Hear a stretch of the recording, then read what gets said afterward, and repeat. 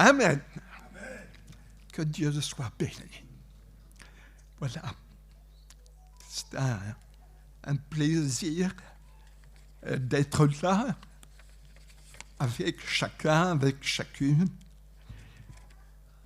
Et puis, c'est une charge de partager la parole.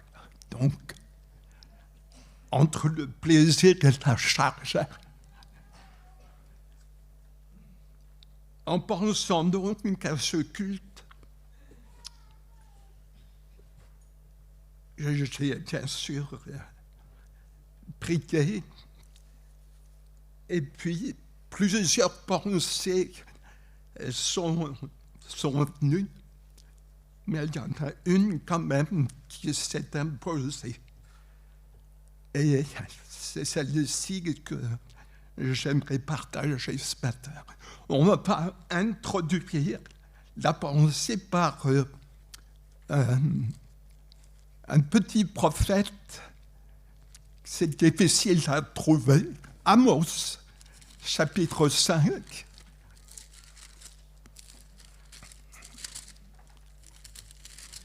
Alors, c'est dans les petits prophètes, hein.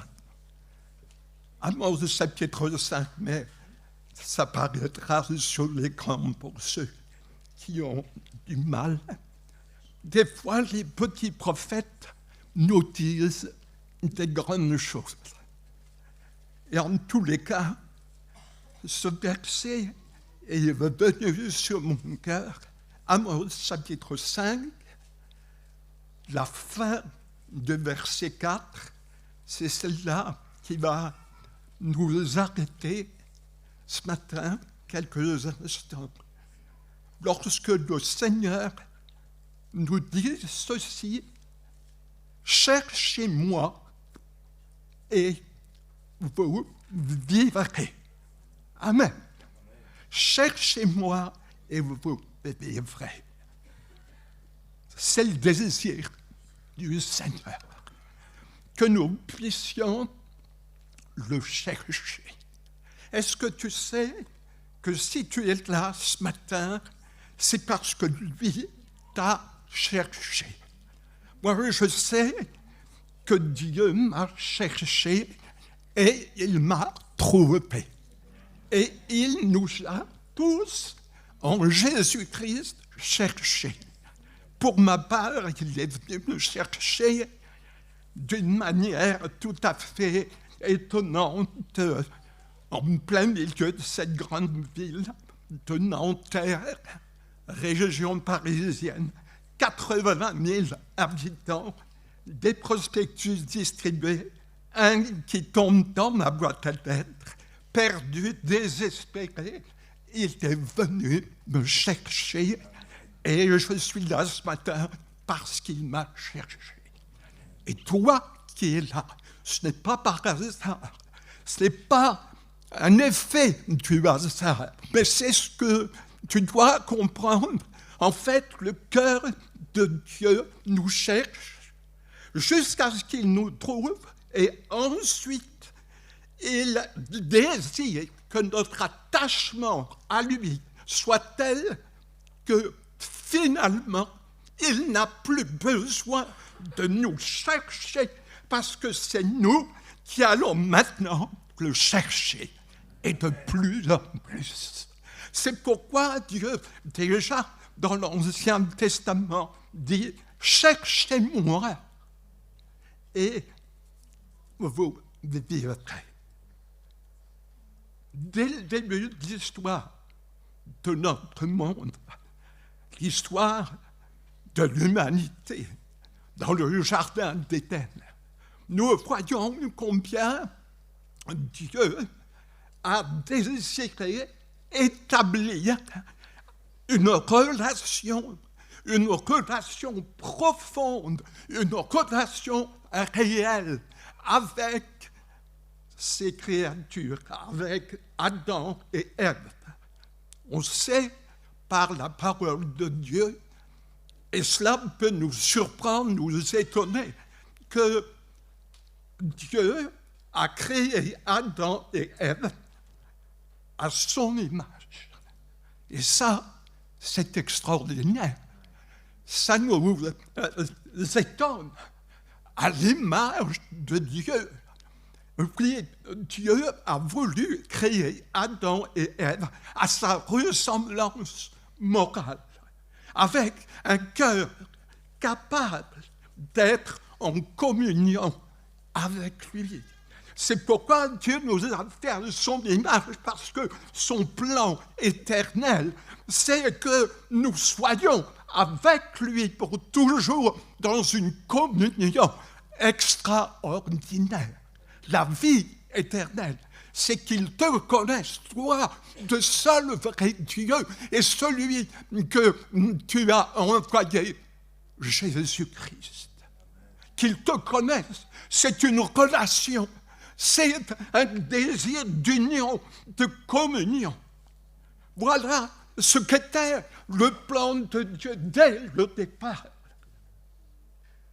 Mais le récit de la Genèse nous montre qu'hélas, Adam et Ève désobéirent tous les deux à l'unique chose que Dieu leur avait demandé d'observer, et ce fut la chute. Et cette chute entraîna le brisement de l'union que Dieu avait établie avec Adam et Ève.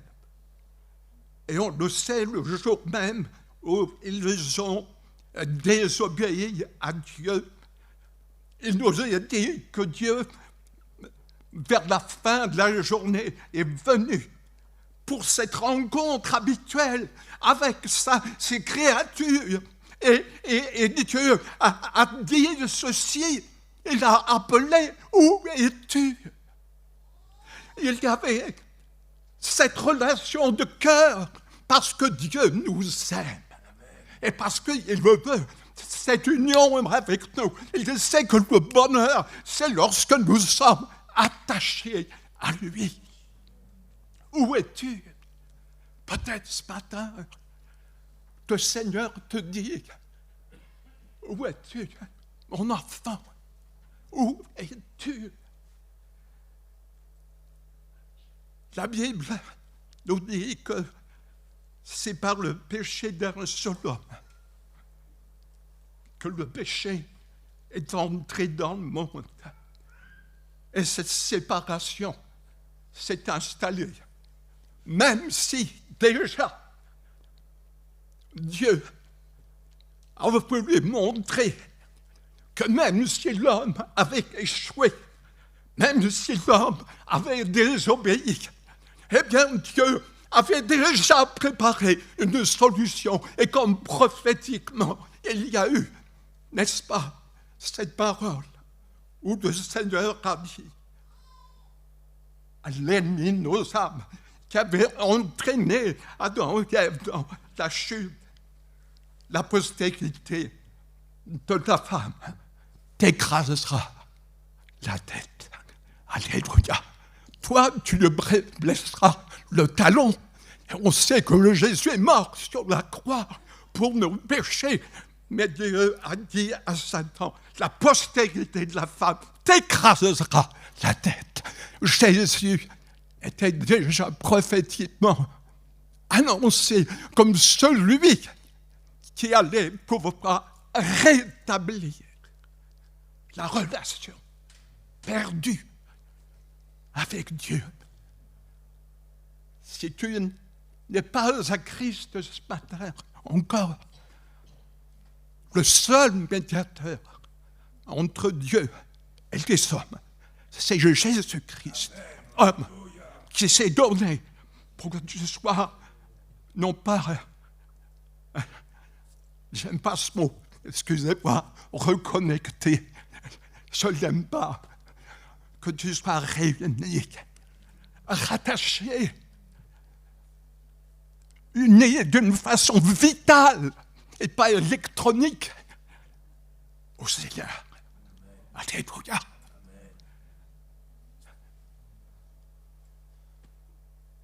À cause de cette grande miséricorde du Seigneur, quand les temps me furent accomplis, parce que Dieu a toujours cherché la communion. Il t'a recherché avec Abraham. Il l'a trouvé d'une certaine manière, jusqu'à un certain point. Il a été appelé l'ami de Dieu. Et puis Dieu a cherché un peuple pour une communion avec un peuple Israël. Mais là encore, ça n'a été que tout à fait partiel. Il fallait plus. Il fallait son Fils, expression de son amour parfait. Il l'a envoyé comme pour dire: je ne peux pas vous prouver davantage mon amour qu'en vous donnant celui qui fait un avec moi, mon Fils Jésus.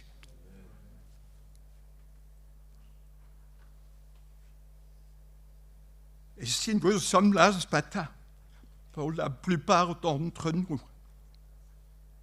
c'est parce que le Seigneur nous a cherchés personnellement.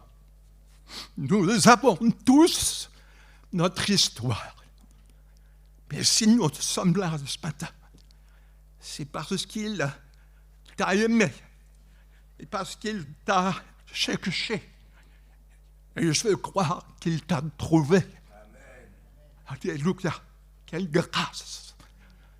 Combien la parole du Seigneur dit vrai quand elle déclare au psaume 34, quand un malheureux crie, l'Éternel l'entend. Il le délivre de toutes ses détresses. Nous ne pouvons que bénir le Seigneur pour sa grande miséricorde. Il nous a cherchés. Quand nous sommes, même encore aujourd'hui, comme ce dont le spirituel nous l'a rappelé, quand nous sommes encore aujourd'hui dans l'épreuve, et quand nous crions au Seigneur, comme ils ont crié à Jésus dans la barque, quand nous nous mettons à le chercher parce que nous avons besoin de son secours, dans son amour, il se laisse toujours trouver. Il a dit ceci, entends-le encore ce matin: je ne mettrai pas dehors celui qui vient à moi. Alléluia. Béni soit Dieu. Amen. Il se laisse trouver encore et encore. Et il nous secourt encore et encore. Et il le fera encore. Parce qu'il nous aime. Et parce qu'il a payé un prix incalculable, insondable, comme j'aime à le dire, la profondeur de son amour, la croix du calvaire. Oh, quelle grâce! Si on cherche le Seigneur, il se laisse trouver.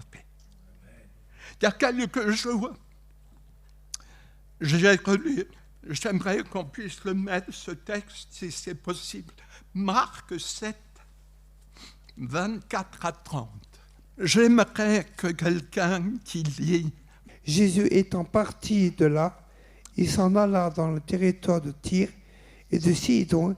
Il rentra dans une maison, désirant que personne ne le sût, mais ne put se cacher, rester caché. Car une femme dont la fille était possédée d'un esprit impur entendit parler de lui et vint se jeter à ses pieds. Cette femme était grecque, syro-phénicienne d'origine. Elle pria de chasser le démon hors de sa fille. De Jésus lui dit: laisse d'abord les enfants se rassasier, car il n'est pas bien de prendre le pain des enfants Merci, frère. et de le jeter aux petits chiens. Je prends la suite. Oui, Seigneur, lui répondit-elle, mais les petits chiens sous la table mangent les miettes des enfants. Alors, il lui dit, à cause de cette parole, va, le démon est sorti de ta fille. Et quand elle rentra dans sa maison, elle trouva l'enfant couché sur le lit, le démon étant sorti. Amen. Ce qui m'a frappé dans cette histoire, dans ce récit, c'est cette femme, elle est quand même extraordinaire. Pourquoi? Parce qu'il nous est dit que Jésus était venu dans ce lieu avec l'intention que personne ne le sache. En quelque sorte, il est venu incognito. Il s'est caché. Il voulait peut-être avoir un peu de tranquillité avec ses disciples. Mais cette femme, malgré qu'il se soit caché, elle le trouve. Et elle le trouve pour une raison très simple, c'est que quand il y a un besoin imminent dans notre cœur, quand il y a une urgence, notre cœur trouve toujours le chemin du Seigneur. Il ne peut pas se cacher. Et en fait, cette femme, cette maman, va supplier le Seigneur de délivrer sa fille. Quel merveilleux exemple de cette maman qui arrive à trouver le Seigneur, qui avait donc pourtant fait en sorte que personne ne sache qu'il était venu dans cette maison. Moi, je trouve cette maman admirable. Je trouve que son exemple est vraiment formidable. Et parce qu'elle a persévéré, parce qu'elle a cherché, parce qu'elle a fini par trouver, eh bien, le Seigneur a répondu à sa prière. Et certainement, tu as toi aussi, sans aucun doute, plus d'une fois, eu recours au Seigneur dans des moments spéciaux de ta vie. Et tu l'as appelé à ton secours. Il est fidèle, comme on l'a chanté ce matin. Et il répond, parce que si nous le cherchons, il se laisse trouver. Elle a cherché le Seigneur, elle l'a trouvé. Elle l'a trouvé pour un besoin. Elle l'a trouvé pour une urgence. Elle l'a trouvé parce qu'il y avait une situation dramatique. Et sa fille a été délivrée. Alléluia. Quelle grâce. Mais c'est ici que j'arrive au cœur de la pensée que le Seigneur a placé en moi. C'est pour ce matin. En fait, mes frères et sœurs, si le Seigneur dans sa miséricorde est toujours prêt à nous secourir, le désir ardent de son cœur ne s'arrête pas au seul fait de nous secourir. Son unique but n'est pas de nous secourir. C'est le passage, j'allais presque dire obligé, mais il y a plus. Dans le cœur de Dieu, et ce matin, dans le cœur du Seigneur Jésus, et ce matin, ma prière, c'est que tu sois touché dans ton cœur par cette réalité-là. On peut savoir beaucoup de choses de Dieu ici. On peut avoir appris beaucoup de choses de la Bible. Moi, j'ai été à l'école biblique une année. Alors, après, ça me démangeait, il fallait que je reparte.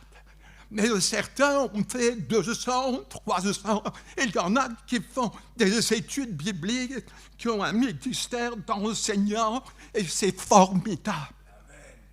Mais il y a aussi des théologiens qui sont spirituellement morts.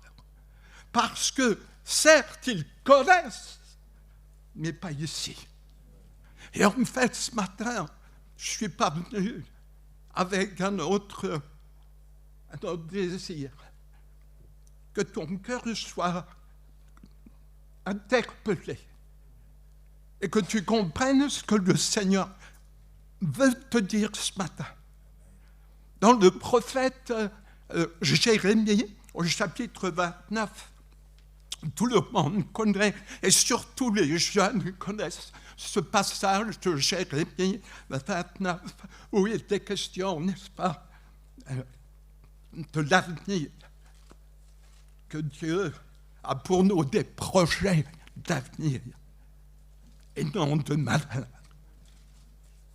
Des projets de paix, et non de malheur, afin de nous donner un avenir et de l'espérance. Mais dans le même prophète de Jérémie, au chapitre 29, versets 13 et 14, Dieu dit à son peuple, et j'aimerais que tu l'entendes d'une façon peut-être nouvelle, que tu te laisses interpeller. Le Seigneur dit, vous me chercherez. Dans mes notes, j'ai mis me en grosses lettres. Vous me chercherez et vous me trouverez si vous me cherchez de tout votre cœur, je me laisserai trouver par vous. Alléluia. Est-ce que nous comprenons ce que Dieu nous dit ici, ce que le cœur de Dieu nous dit ici? Quand je lis le Nouveau Testament, le Seigneur Jésus, l'image du Père, celui qui pouvait dire, celui qui m'a vu a vu le Père. Celui qui a pu dire à un disciple, il y a si longtemps que je suis avec toi, et tu me demandes de voir le Père. Il y avait une telle union, une telle communion entre le Fils et le Père. Oui, il y a le Père, c'est une personne, et il y a le Fils, c'est une autre personne. Mais quelle unité, quelle communion. Et Jésus, qui est l'expression de l'amour du Père, quand il est au milieu des hommes, il répond à tous les besoins des foules entières. Affamés, il les nourrit. Malades, il les guérit. Possédés, il les libère. Perdus, il les sauve.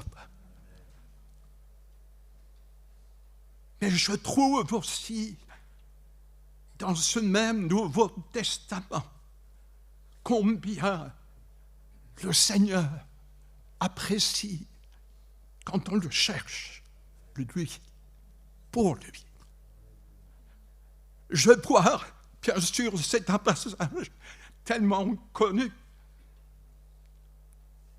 Ce jeune disciple, Jean, dans l'évangile de Jean, au chapitre 13, verset 23, il nous est dit que Jean ne demande rien. Mais il pose sa tête sur la poitrine du Seigneur. Il n'a pas de requête. Il ne demande rien. Il pose sa tête. Il se repose sur le cœur de Jésus. Que c'est beau. Quand nous venons au Seigneur, combien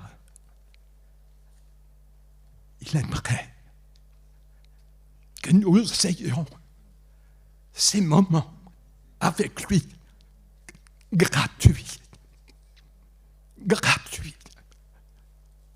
plein de grâce, juste par reconnaissance. Quand je pense à cette sœur en Christ, Marie de Béthanie, avec sa sœur Marthe. Et qu'est-ce que fait Marie? Là encore, le Seigneur est présent. Elle ne demande rien. Elle se met aux pieds de Jésus, aux pieds du Seigneur. Ça ne plaît pas à Marthe. On ne va pas la juger, cette chère Marthe. Mais quand même, Marie, Jésus dira, elle a choisi la bonne part. Elle ne sera pas ôtée, celle-là. Qu'est-ce qu'elle a fait? Elle n'a rien demandé. Elle écoute. Elle reçoit la parole de Jésus.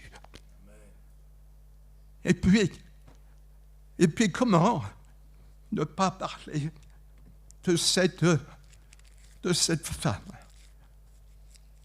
Luc 7, 36.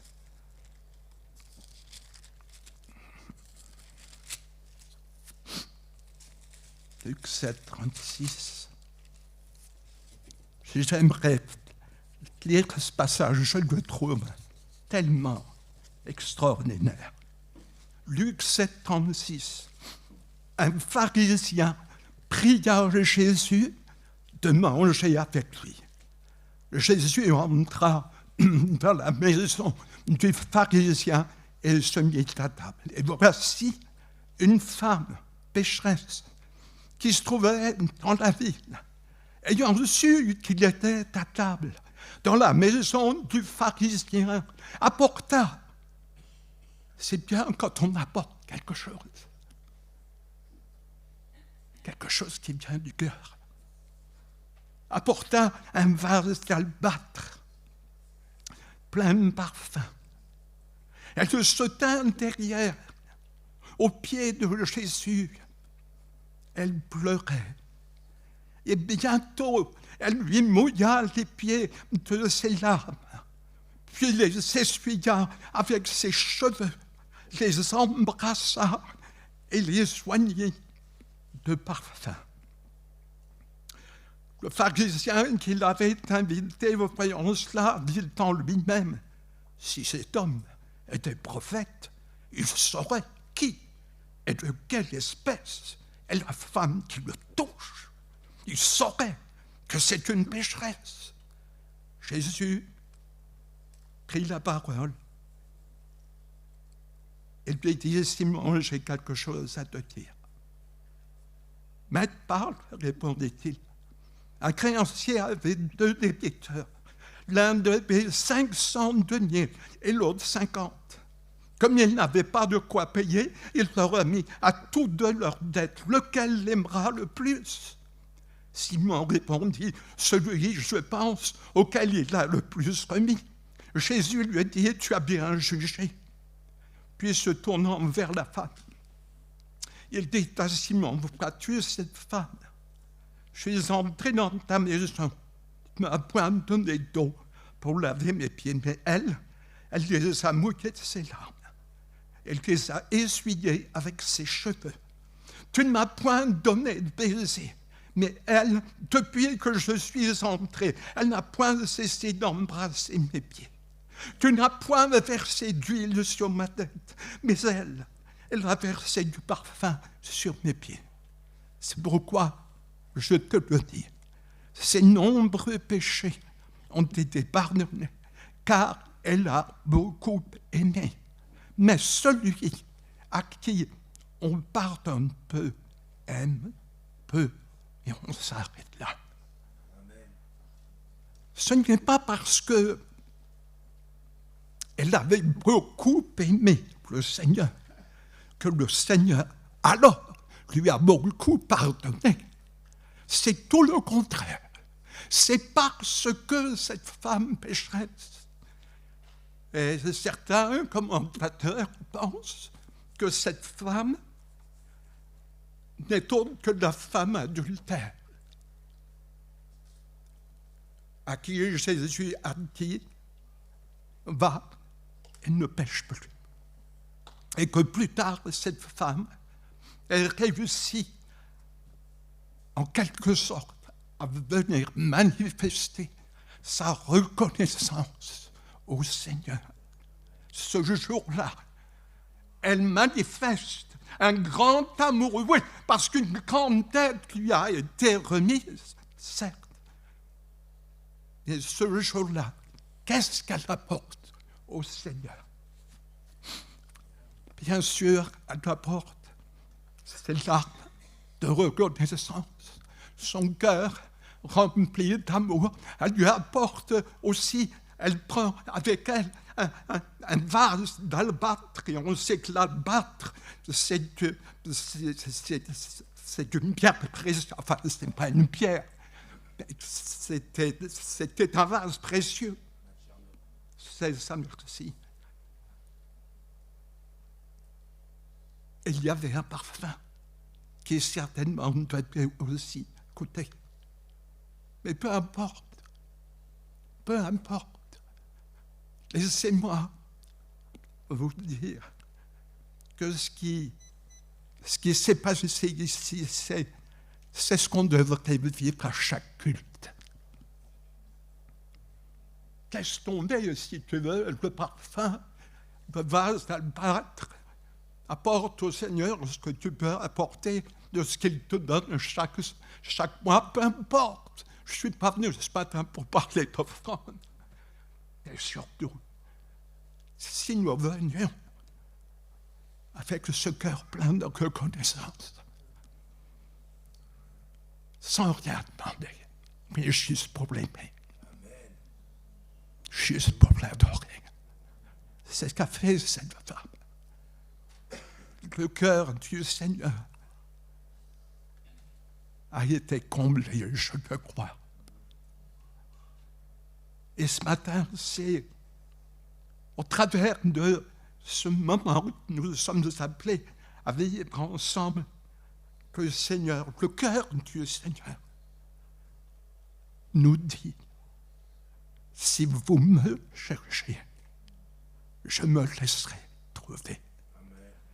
Il se passera quelque chose de plus que de repartir avec la bénédiction du Seigneur, comme ces 9 lépreux qui reçoivent la guérison.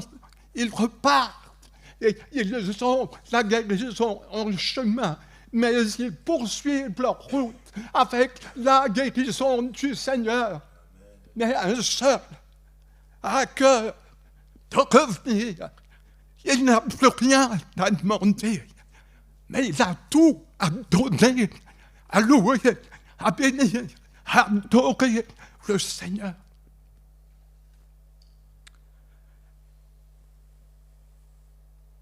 Mes frères et sœurs, c'est l'attente suprême du Seigneur pour nous.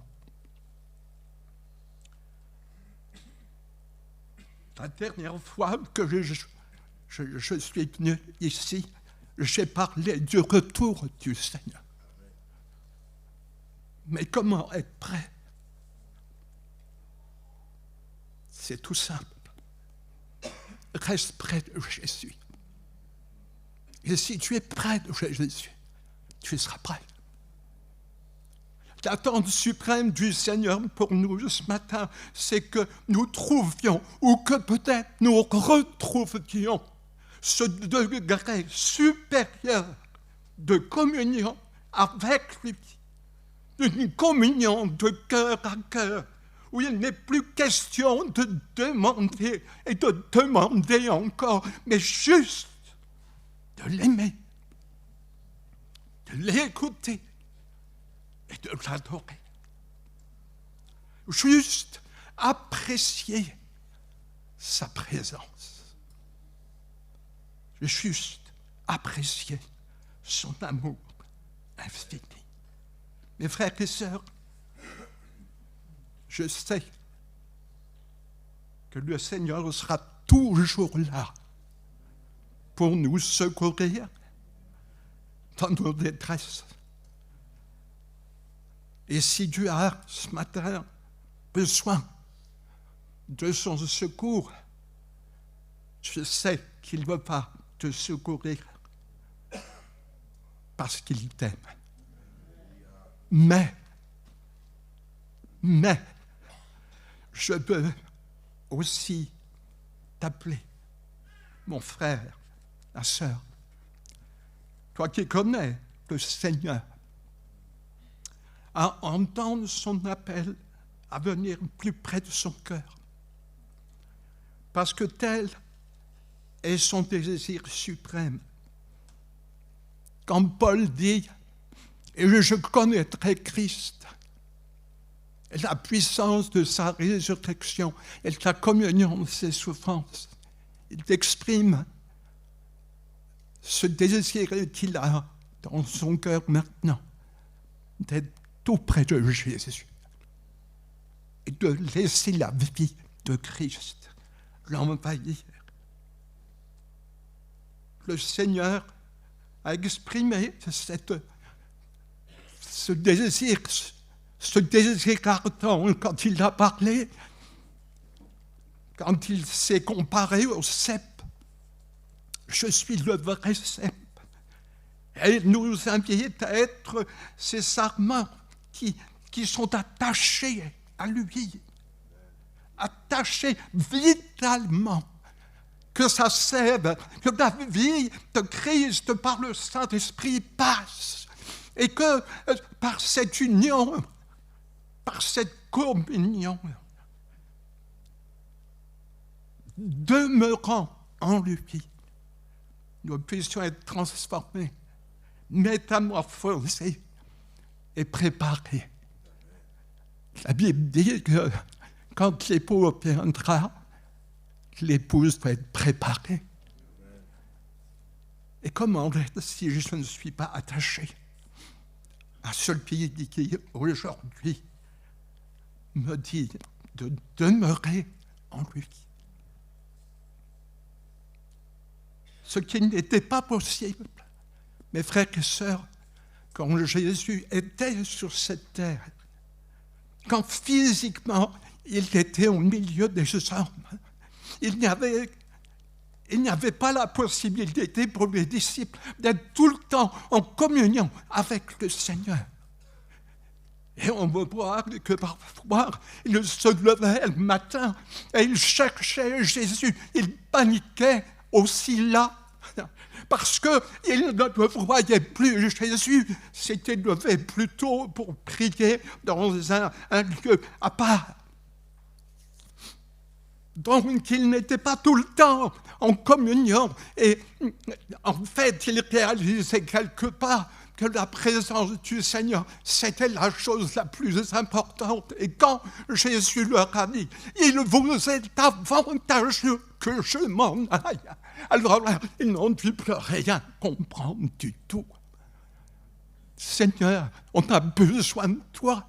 On a besoin de ta présence. Tu nous dis que si tu pars, ça sera à notre avantage. Parce que Jésus leur disait, si je ne m'en vais pas, je ne pourrai pas vous envoyer le Saint-Esprit. Mais si je m'en vais, je vous enverrai le Saint-Esprit. Et par le Saint-Esprit, cette communion, elle peut être intensifiée dans nos cœurs.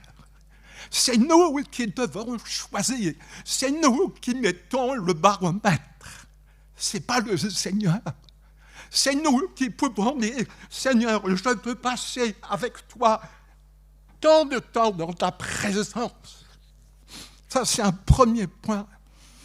Mais ça n'est pas que le temps de prière à part le matin avant de partir au travail. En fait, par le Saint-Esprit, et plus notre communion avec le Seigneur sera forte. En fait, on vivra avec le Seigneur tout au long de la journée. Et on pourra ressentir sa présence dans notre cœur, lui parler à n'importe quel moment de la journée.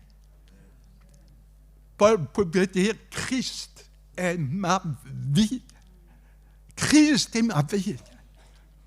Il pouvait dire aussi, c'est plus moi qui vis, c'est Christ.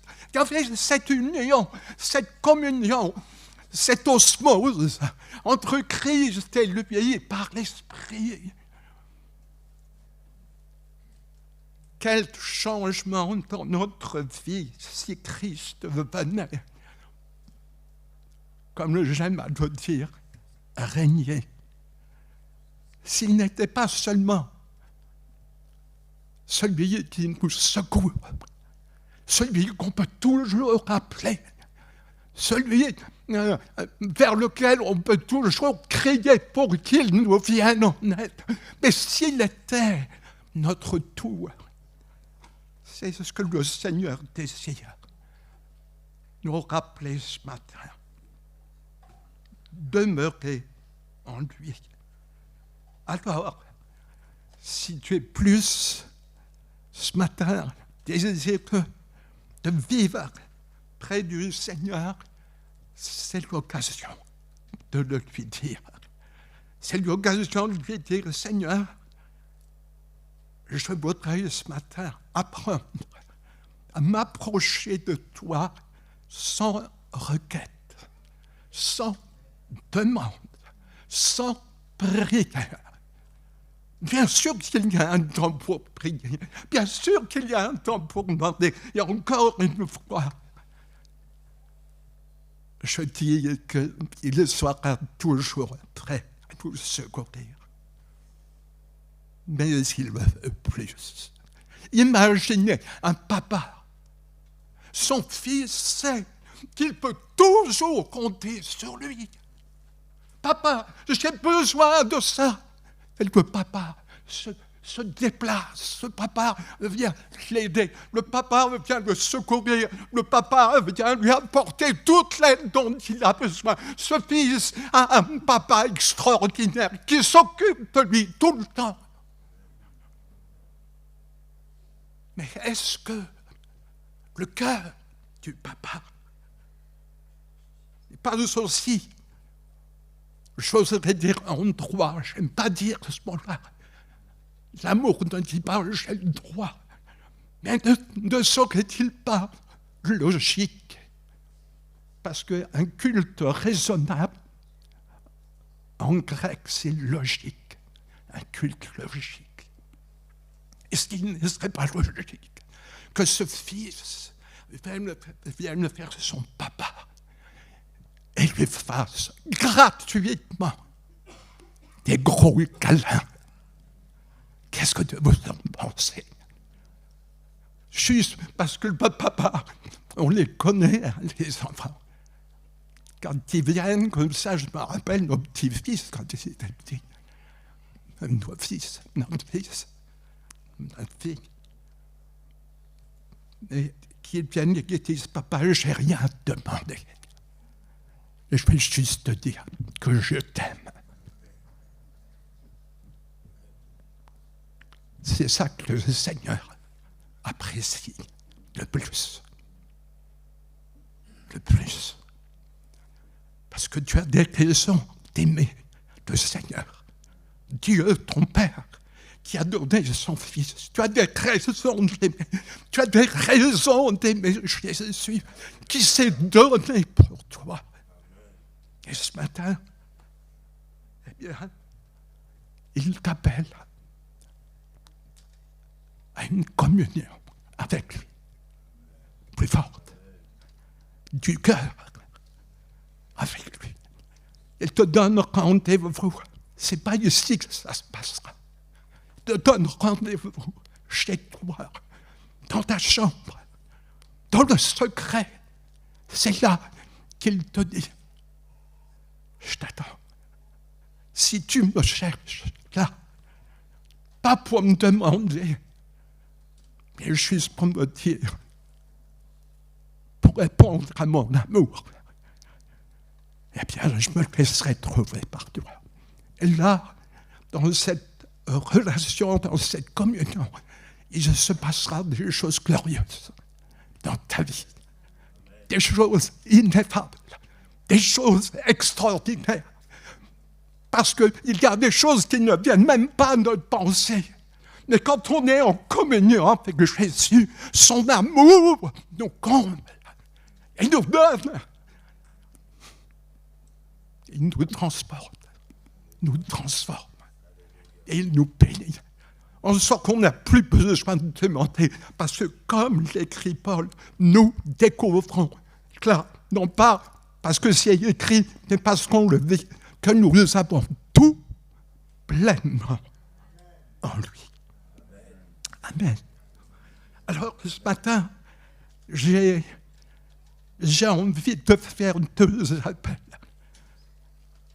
J'aime appeler de la part du Seigneur. Parce que le Seigneur n'oublie pas ceux qui, ce matin, sont jeunes dans la foi, sont peut-être aussi dans l'épreuve. Et alors qu'ils entendent ces paroles, ils disent, oui, Seigneur, je veux bien, mais tu vois ma situation, tu vois dans quelle détresse je suis. Alors ce matin, je t'en supplie, viens à mon secours. Il ne peut pas te secourir.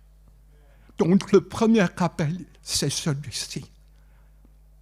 On va fermer nos yeux, si tu veux bien, mon frère, ma sœur. Et ce premier appel, c'est celui-ci. J'aimerais demander à ceux qui passent ce matin par toutes sortes d'épreuves, de tempêtes, toutes sortes de combats, j'aimerais qu'ils puissent ce matin, au nom de Jésus,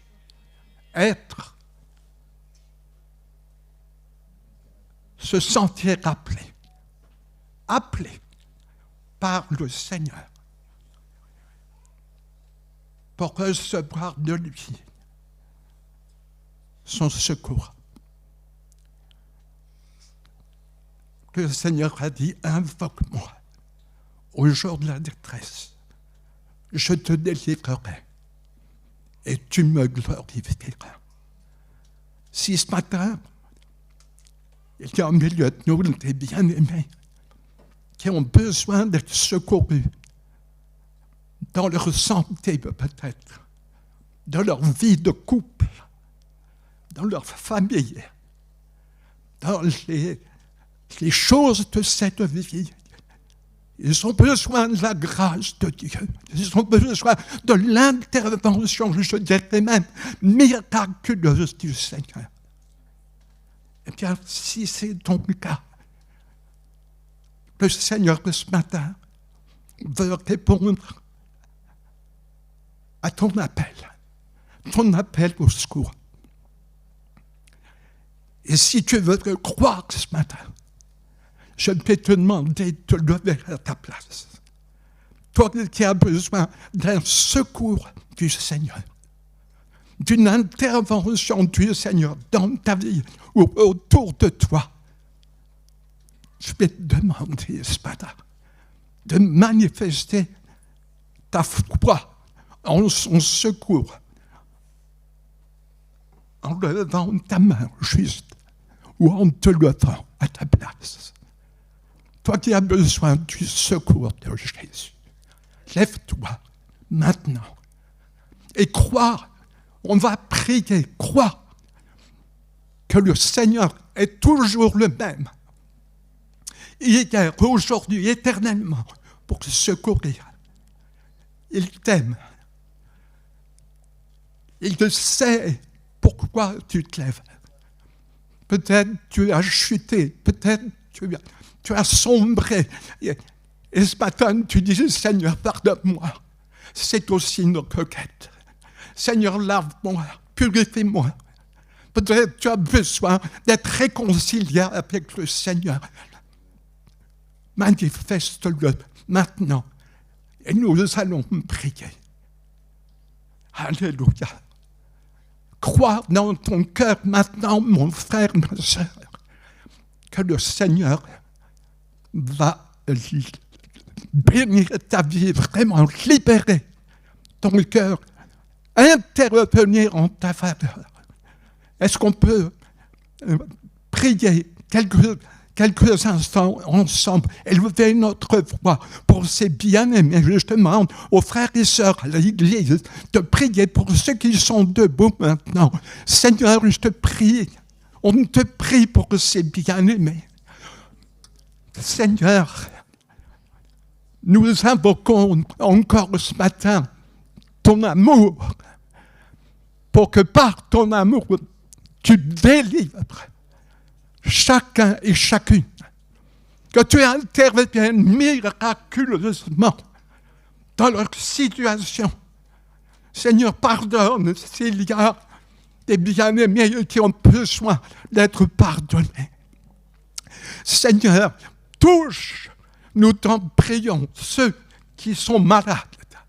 Visite leur corps, Seigneur, par la puissance de ton esprit. Seigneur, vois les familles en difficulté, les couples en difficulté. Voir les situations peut-être matérielles, compliquées. Seigneur, interviens. Nous te prions pour tous ces besoins.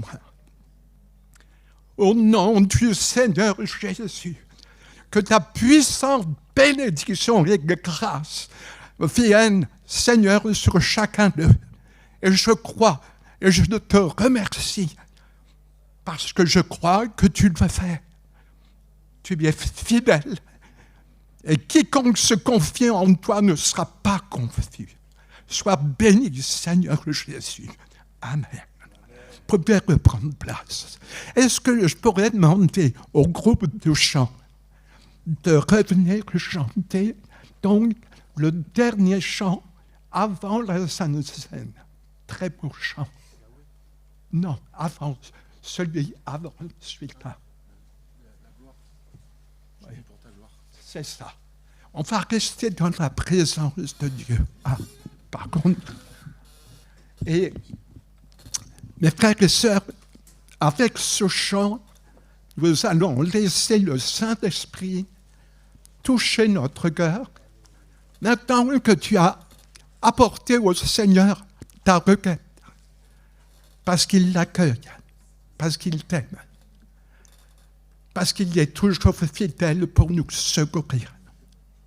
Ne permet jamais que nous soyons éprouvés au-delà de nos forces, mais en même temps que l'épreuve, il nous donne toujours le moyen d'en sortir. Maintenant que tu as fait cela, le Seigneur t'attend. Le Seigneur t'attend à ses pieds pour découvrir ou pour redécouvrir son cœur, sa présence. Maintenant, c'est dans le calme de sa présence qu'il t'attend, libéré de tes fardeaux, libéré de tes craintes, libéré de tes angoisses, libéré de tes inquiétudes, que tu puisses, comme Jean, poser ta tête, comme Marie te mettre à l'écoute, comme cette femme pardonnée, adorée, adorée. Viens, si tu veux une communion plus profonde avec Jésus, je vais te demander de te lever à ta place, de te lever pour dire, Seigneur, c'est ce que je veux. Je veux plus que tout une communion plus grande avec toi. Alors lève-toi, lève-toi. Chaque jour, chaque moment, en ce lieu, en cet instant, je vis pour sa gloire. Chaque mot, chaque pensée, tout endroit que foulent mes pieds, je vis pour sa gloire. Chaque jour. Chaque jour, chaque moment, en ce lieu, en cet instant, je vis pour sa gloire.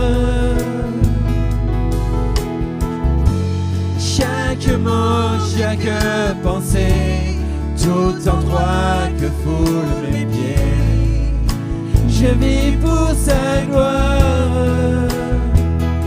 Jésus est tout pour moi. Christ est ma vie, ma joie. Mon chemin est tracé pour sa gloire. Jésus est tout pour moi. Christ est ma vie, ma joie. Mon chemin est tracé pour sa gloire.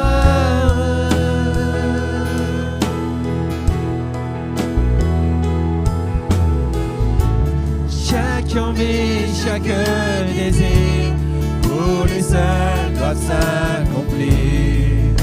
Je vis pour sa gloire. Chaque rêve, chaque vision serviront à sa mission. Je vis pour sa gloire. Jésus est tout pour moi. Christ est ma vie, ma joie. Mon chemin est tracé pour sa gloire. Il a payé. Il a payé le prix. Son amour me suffit. Je suis libre et sauvé pour sa gloire. Non ma volonté, non ma volonté, non ma volonté, que ta volonté soit faite, que ta volonté soit faite. Non ma volonté, non ma volonté, que ta volonté soit faite, que ta volonté soit faite. Non ma volonté, non ma volonté, que ta volonté soit faite, que ta volonté soit faite. Non ma volonté, non ma volonté, que ta volonté soit faite, que ta volonté soit faite. Jésus est tout pour moi. Christ est ma vie, ma joie. Mon chemin est tracé pour sa gloire. Il a payé. Il a payé le prix. Son amour me suffit. Je suis libre et sauvé pour sa gloire. Je suis libre. Je suis libre et sauvé pour sa gloire. Oui, je suis libre. Je suis libre